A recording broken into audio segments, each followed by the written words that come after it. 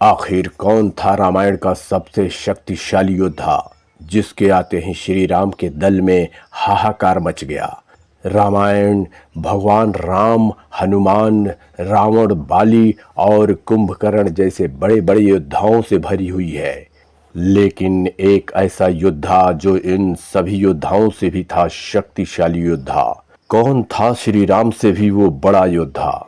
Video में आगे जानेंगे कि उस योद्धा के पास कौन सी ऐसी शक्तियां थीं जिसके कारण बड़े बड़े योद्धा भी युद्ध मैदान में कांप जाते थे। आखिर किसने वरदान दिया था उस योद्धा को और क्यों दिया था? वीडियो में आगे बढ़ने से पहले अगर आप चैनल को सब्सक्राइब नहीं किए हैं तो सब्सक्राइब अवश्य कर लें। आप देख रहे हैं विप्रालोक। युद्ध के मैदान में श्री राम की सेना ने रावण के कई बड़े योद्धाओं को धूल चटा दिया था। रावण के कई शक्तिशाली योद्धाओं का अंत हो गया था। यहाँ तक कि रावण का भाई कुंभकर्ण, जो अत्यंत ही शक्तिशाली था, जिसने युद्ध मैदान में आकर अपने युद्ध का प्रदर्शन बहुत ही भयानक रूप से किया था, लेकिन अंत में उसे भी अपने प्राण गंवाने पड़े। कुंभकर्ण मारा गया। कुंभकर्ण के मरने के बाद युद्ध भूमि पर कदम रखा उस योद्धा ने जिसने आते ही चारों तरफ कोहराम मचा दिया। अपनी मायावी शास्त्रों और विद्या से उसने राम की पूरी सेना को हिलाकर रख दिया। भगवान राम से लेकर हनुमान तक उसको रोकने में असफल हो रहे थे। युद्ध में उसको हराना असंभव लगने लगा था। वह योद्धा था रावण का महाबली पुत्र मेघनाथ। मेघनाथ जो इंद्रजीत के नाम से भी जाना जाता है। एक बार दानव और देवताओं के बीच युद्ध हुआ जिसमें मेघनाथ ने अकेले ही इंद्र को हराने के बाद उन्हें बंधक बनाकर अपने साथ लाया था। तब ब्रह्मा जी ने मेघनाथ से इंद्र को छोड़ने के लिए कहा। इस पर मेघनाथ ने ब्रह्मा जी से सदा के लिए अमर रहने की वरदान मांगी। ब्रह्मा जी ने मेघनाथ के इस मांगे गए वरदान से इनकार कर दिया, किंतु उसे युद्ध में कभी परास्त ना होने का वरदान दे दिया। ब्रह्मा जी ने मेघनाथ से कहा कि कभी भी तुम्हें कोई युद्ध में परास्त नहीं कर सकेगा, लेकिन तुम्हें हर युद्ध से पहले कुल देवी के लिए यज्ञ करना होगा। और उसी समय इंद्र को जीतने के कारण ही ब्रह्मा जी ने मेघनाथ को इंद्रजीत का नाम दे दिया था। मेघनाथ अकेला ऐसा वीर था जिसके पास ब्रह्मास्त्र समेत पशुपत्रास्त्र और वैष्णवास्त्र थे।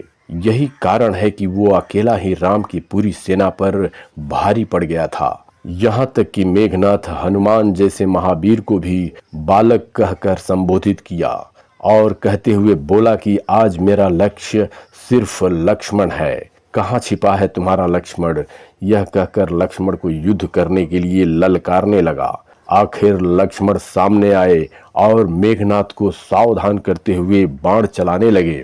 जवाब में उधर मेघनाथ भी बाणों की बौछार करने लगा। मायावी युद्ध करने वाला मेघनाथ अपनी माया विद्या से कभी आकाश में चला जाता, कभी अदृश्य हो जाता था। सुबह से शाम तक लक्ष्मण और मेघनाथ के बीच भीषण युद्ध चलता रहा। लक्ष्मण ने मेघनाथ के तीव्र बाणों का अपनी युद्ध कला व तप की शक्ति से भली भांति उत्तर दिया। युद्ध करते करते संध्या हो चली थी। दिन ढलने लगा था। जैसे जैसे दिन ढलता जा रहा था, मेघनाथ की माया शक्ति का प्रभाव बढ़ते जा रहा था। धीरे धीरे आ गया वह पल जो लक्ष्मण के लिए खतरनाक बन गया। तब व्याकुल श्री राम युद्ध भूमि में लक्ष्मण के पास जा पहुंचे, किंतु मेघनाथ की शक्ति अत्यधिक बढ़ चुकी थी।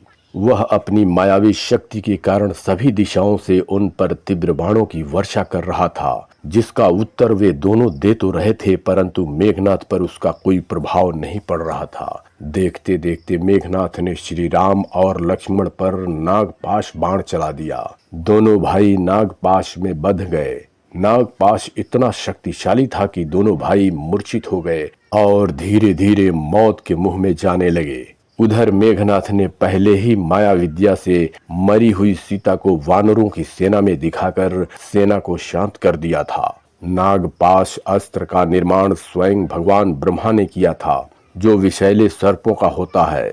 चूंकि ब्रह्मा के बनाए इस विषैले सर्पों का पाश धीरे धीरे मनुष्य की जान लेकर ही छोड़ता है। इस नागपाश को एक ही देवता काट सकते थे, वे थे स्वयं गरुड़ देवता, जिसकी जानकारी सिर्फ हनुमान जी को थी। विलंब किए बिना हनुमान जी गरुड़ देवता के पास जाकर विनती की और समय रहते हुए गरुड़ देवता को लेकर पहुंच गए। गरुड़ देवता ने अपनी चोंच से कुतर कुतर कर सभी नागों को काट डाला और भगवान श्री राम तथा लक्ष्मण को उससे मुक्ति दिलाई। मेघनाथ एक ऐसा योद्धा था जिसका वध करना साधारण मानव तो क्या, स्वयं देवता, गंधर्व, दानवों इत्यादि के लिए भी असंभव था। वह अपने पिता व लंका के राजा रावण से भी अत्यधिक शक्तिशाली था। ब्रह्मा जी ने मेघनाथ को वर देते समय कहा था कि अगर वो अपने मूल देवी निकुंभला देवी का यज्ञ संपूर्ण कर लेगा तब उसे एक ऐसा रथ प्राप्त होगा जिस पर बैठकर युद्ध में किसी भी शत्रु से परास्त नहीं होगा,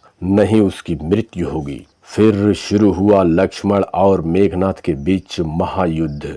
मेघनाथ लक्ष्मण के साथ भीषण युद्ध कर रहा था। युद्ध 3 दिनों तक चलता रहा। अंत में लक्ष्मण ने एक बाण उठाया व उससे मेघनाथ पर छोड़ने से पहले बाण को प्रतिज्ञा दे दी कि यदि श्री राम उसके भाई दशरथ पुत्र हैं, यदि श्री राम ने हमेशा सत्य व धर्म का साथ दिया है, यदि श्री राम अभी भी धर्म के लिए कार्य कर रहे हैं, यदि मैंने सच्चे मन से श्री राम की सेवा की है तो तुम मेघनाथ का गला काट कर ही वापस आओगे। यह कहकर लक्ष्मण ने मेघनाथ पर तीर छोड़ दिया। यदि वह तीर मेघनाथ की गर्दन बिना काटे वापस आ जाता तो भगवान श्री राम के चरित्र पर लांछन लगता। फिर वह तीर सीधे मेघनाथ की गर्दन पर गया और उसका सिर धड़ से अलग कर दिया। इस प्रकार अत्यंत पराक्रमी योद्धा मेघनाथ के जीवन का अंत हो गया। हमें यह भी जान लेना चाहिए कि भगवान ब्रह्मा ने मेघनाथ को वरदान देते समय यह भी कहा था कि तुम्हारी मृत्यु उसी के हाथों होगी जो 12 वर्ष तक सोया न हो, न ही कुछ खाया हो और न ही उसने किसी स्त्री का मुंह देखा हो। लक्ष्मण के साथ यह सारी बात लागू होती थी। इसी कारण लक्ष्मण के चलाए हुए उस तीर ने मेघनाथ का सिर धड़ से अलग कर दिया और मेघनाथ की जीवन लीला समाप्त हो गई।